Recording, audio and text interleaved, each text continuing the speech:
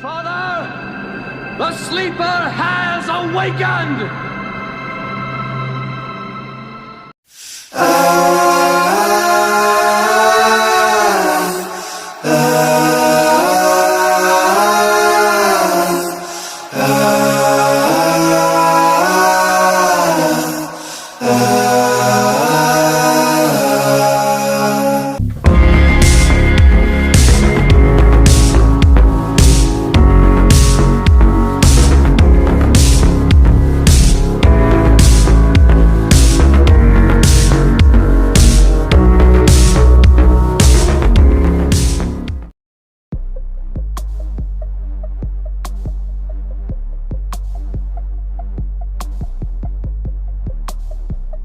What's up, YouTube? This is Artisan MC, and on this PMDM, I'm going to talk about Themyscira is here.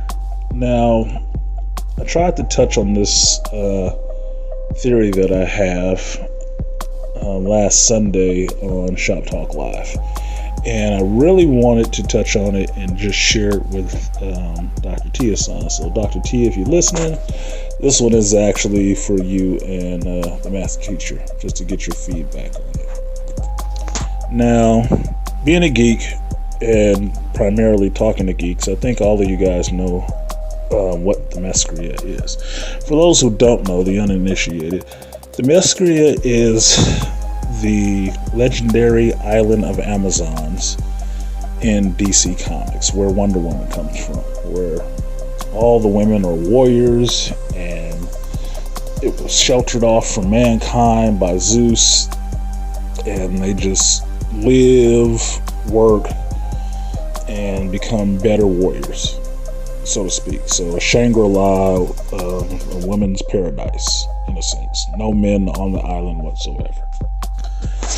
Now, you get into mythology, or actual mythology outside of DC Comics, and you understand that the Themyscira, the island of Amazons, I believe it has some connections to the island of Lesbos in the Mediterranean. But this was a place where Amazons live. But Amazons, women, cannot perpetuate themselves without a male seed. So at times, those women would leave the island and mate with males on the mainland, and then come back to that island to have their children. Now, if the children were born female, they kept it and raised it as an Amazon. But if the child was born a male, they took it to the highest cliff and threw it off and made sure it died or some other shit, right? Basically, they disposed of it. You can call it a aerial abortion or whatever the fuck you want to call it, but that's pretty much the idea. And they went on with their way of life about not being involved in the world of men and all the rest of that stuff, but still needed men, for this reason, to procreate themselves, because without it, they would actually die off in a generation or so. So, thinking about this idea, it kind of crystallized for me after watching the Snyder Cut of JLA.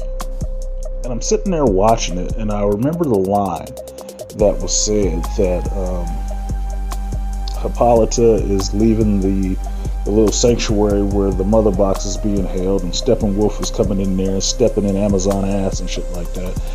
And she breaks out of there, has the other Amazons collapse the little temple, and it falls, and she yells to the other one, call out the legions.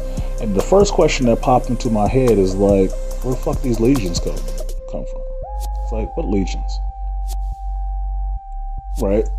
Now, they get into a whole other battle scene, but at some point, later in that scene, you get legions of Amazonians riding over the hills on horses, coming to fight Steppenwolf.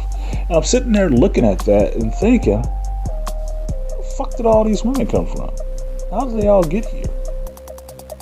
Right? It's they aren't all gods. They're not.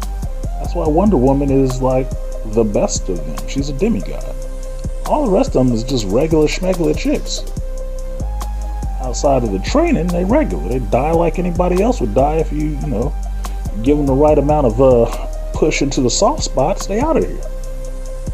So I'm sitting there thinking about that and thinking how this scene is there to really inspire women that this is an ideal or a fantasy that could actually come true, that they could actually have, that this is their, Shangri-La, utopia, whatever, a world just women without men. So a lesbian's wet dream. But then I'm thinking about it, it's like, this isn't actually a fantasy. This is actually right now. And just in my day-to-day life, looking around, I can actually point to a few examples of this is Themyscira. Themyscira is right now. Because if you think of the world that you're living in with all this cancel culture and HR rules and how everything is soft-pedaled in a sense and made to comfort for women, how can you say it's not Themyscira? How can you say that masculinity, be it black, white, Asian, or whatever, in America or in the West at least, is not stamped down? It's not tamped down. I mean, we just had, the Orange and Chief that left office. Motherfuckers hated him up, down, and sideways. For the simple fact he acted like he was fucking masculine. And they still hate him. He ain't even in office no more. They still going after him just to stamp that fire of masculinity out. Now, I'm not a Trump supporter. I don't like his ass. I never did. And I don't give a fuck what he did back in the 80s. As far as I know, the motherfucker is famous for going broke and being on The Apprentice. And they voted a reality star in the office. That's somebody else's fucking problem, not mine. But he out of there now. So why give a fuck? But when I sit here and watch this culture like I do, and watch everything that goes on, the fervor that gets whipped up the minute you mention something that might be a little bit masculine, how you're not even supposed to tell a woman no in some senses, how can I say, as a man, I am not living in Themyscira? That how can I not say that the rules that supposedly bind all of us go a little harder on me if a woman is involved? How can I not say that? I can't.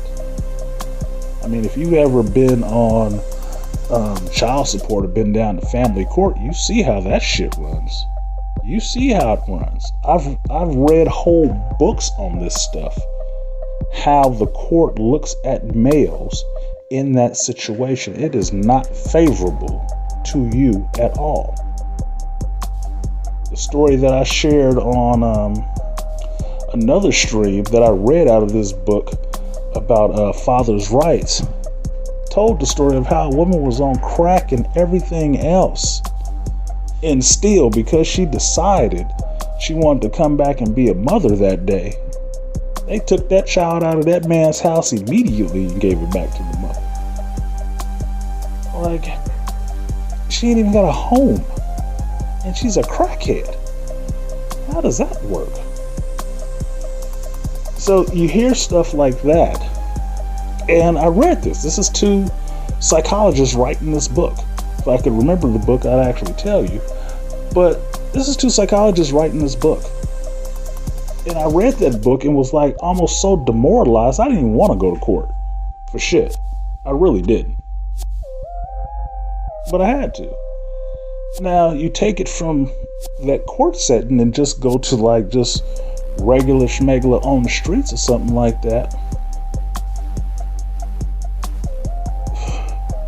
If a woman said you did something to her, even if you barely know her, it could just be the chick at your coffee shop that you smile at every once in a while or whatever. If she tells somebody you make her feel fucking creepy, or you make her feel kind of creepy, he just lingers, he always trying to talk to me. How soon do you think you would not be welcome there? How soon? How soon would it be before somebody's asking you to get your coffee somewhere else today? And every day after that? Sounds awkward? Okay. Or sounds ridiculous? Alright, fine. How about this? I live in, obviously, California, like most of you guys know, because I tell you this all the time, just because I have to preface some of the experiences I have with that, because I understand everybody else doesn't live in California.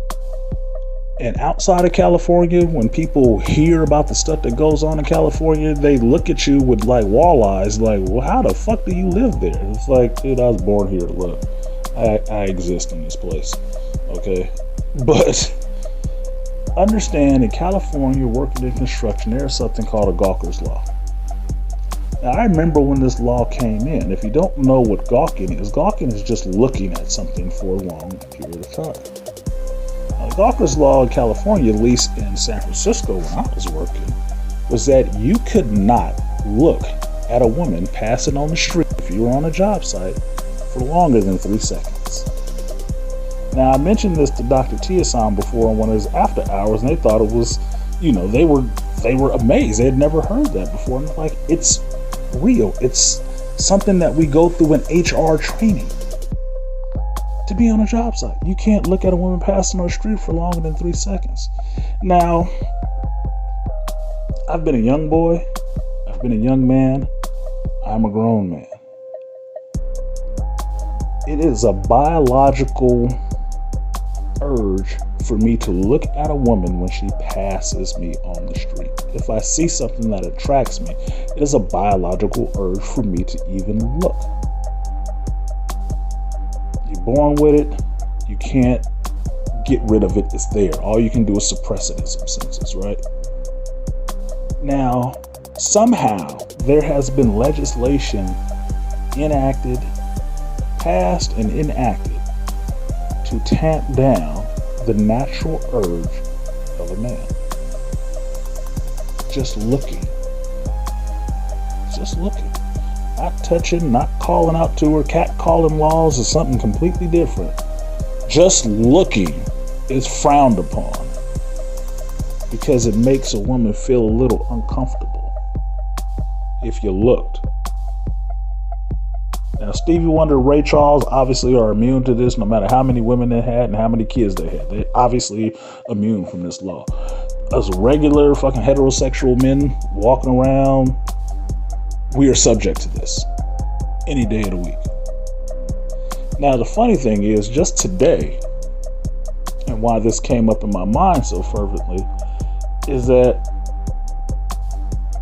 I was talking to my boy Jesse, and he's an appliance guy. He puts in appliances in buildings, and I'm working on a high rise. He's putting in all the appliances on the building, but his company is from SoCal, right? Southern California.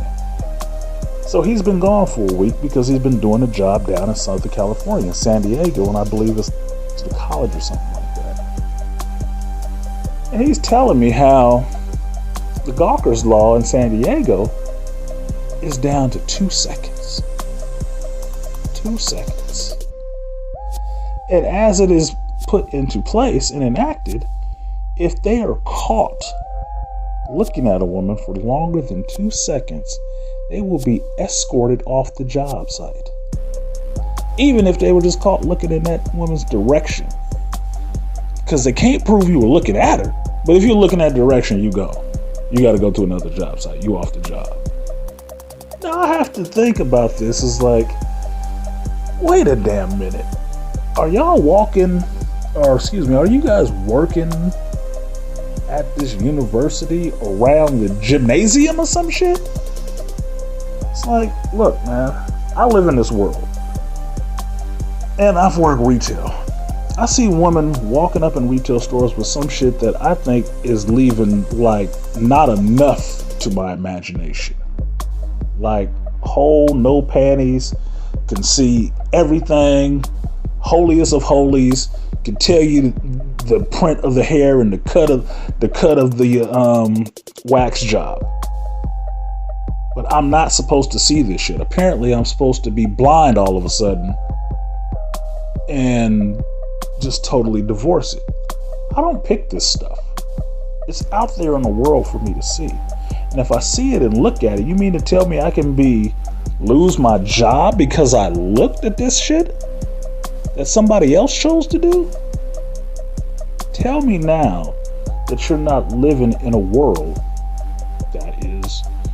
dominated and caters to them. Tell me that. Now, I know some females are going to bristle at this and be all pissed off. And like, I can look at my lady right now and she tussling over on the bed like she don't want to hear this shit. But look, man, I'm living my life as a man in this world. I see what the fuck I see. That's just what it is. And you can't make this shit up. You can't. So when I think about that concept, is that, you know, is there an island of just women? Well, we living on it, because that's how this world works right now.